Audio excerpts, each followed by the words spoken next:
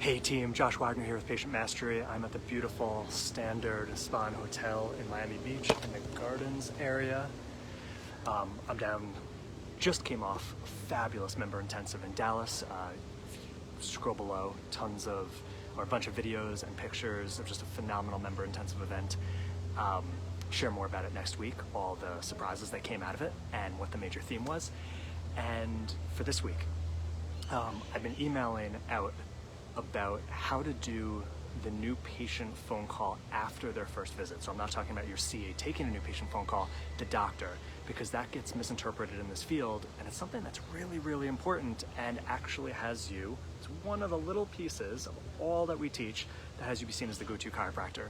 Now, I remember as a high schooler being at dinner at my girlfriend's house, and the phone rang at 7 p.m. at night on a weekday.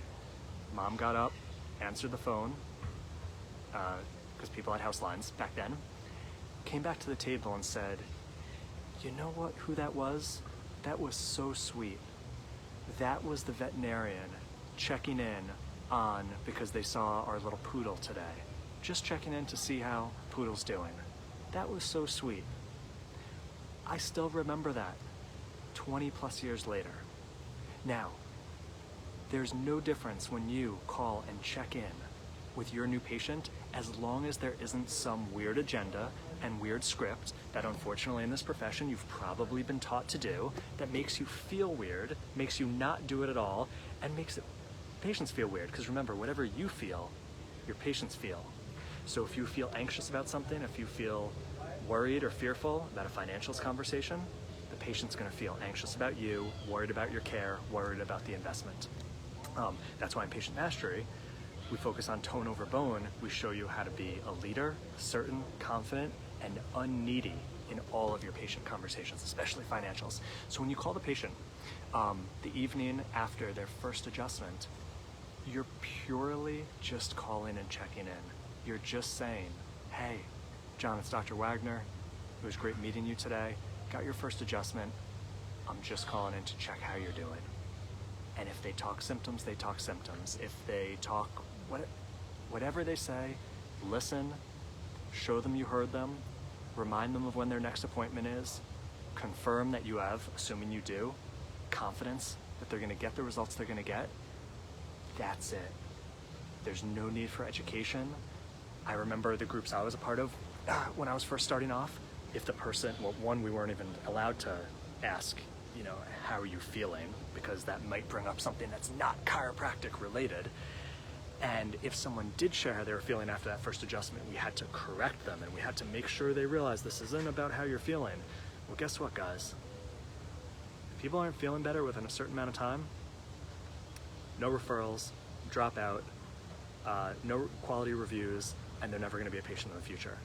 And if you tell them it's not about how they're feeling, that's like someone going to the dentist and the dentist saying, "I don't care about your toothache or the pain, the cavity." It's just not how life and society works. If you're looking to just create chiropractic students, go for it. But that's one in 10,000 patients. So just be a human being. Just be a caring doctor. And just call and just check in, hear them out, show them that you listened. And there's a way we show them to do that. It's called the 3 Essentials. Show them that you listened, remind them when their next appointment date is, and affirm that they're gonna get, that the direction is getting where they wanna go. Not just in being pain-free, but getting back to their life. When you do a minute call, if they don't pick up, leave a voicemail. Some docs now are doing quick videos and sending it to the person if they don't pick up. When you do that, it's easy for you. It's easy for the person to receive that and hear it. And it's easy for them to feel grateful that you were thinking about them, checking in on them. If they're around other people, like their family, obviously, or in the next day, other people, more easy for them to talk about you. "Oh, you wouldn't believe, saw a chiropractor, checked in, just called me out of the blue and really cared how I was doing that evening." So keep it simple. Now, hopefully you're already doing that, but so many chiropractors don't, because you were taught some really weird, creepy, sleazy, over-the-top, bashing them over the head with education way to do it, and you realize it makes the new patient relationship feel kind of awkward.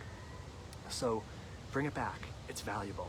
Just like so many chiropractors stop giving legitimate recommendations to patients because you were taught, oh, everyone gets a year-long care plan and it takes a 45-minute ROF and it's more expensive than you want to charge, and so you don't do anything. And you give it the old, well, let's see how it goes approach. Let's do a few visits at a time. And that's the opposite, that's no leadership. And people don't trust you, people don't have confidence in you, people are not gonna get the same results psychosomatically when they don't have confidence in their doctor as a leader. So we show you this middle ground that's so beautiful, so honest, so congruent and integrity with you charging what you want to charge, giving the recommendations for that patient in front of you, not one size fits all cookie cutter, and an elegant, professional, beautiful way to communicate it, have it written on paper so it's super clear. You become the go-to chiropractor. More people say, yes, can we start today? Follow your recommendations, get better, tell others, write reviews online, and practice gets so much more easy and profitable.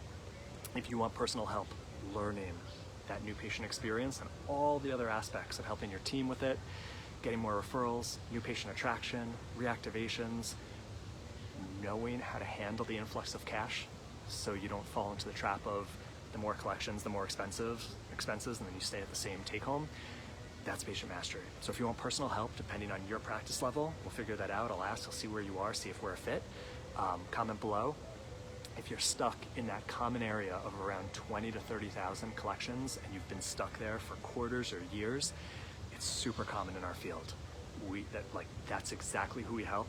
You're stuck in the 20s to get you to 40. You're stuck in the 30s to get you to 50,000 a month collections, primarily all profits, because we're not going to be telling you to spend money on marketing. And so if you had another 15 to 20,000 each month coming in collections, that's 180,000 a year to 250,000 a year, pure collections profits.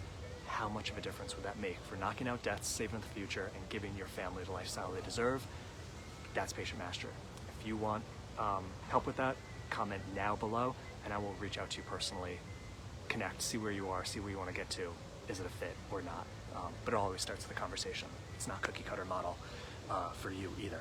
All right, keep doing what you're doing, keep helping people get back to their lives and giving people their life back. I acknowledge you, I'm proud of you, I'm proud to call you a colleague. All right, I'm gonna get back to beautiful Standard Hotel in Miami Beach. Be well.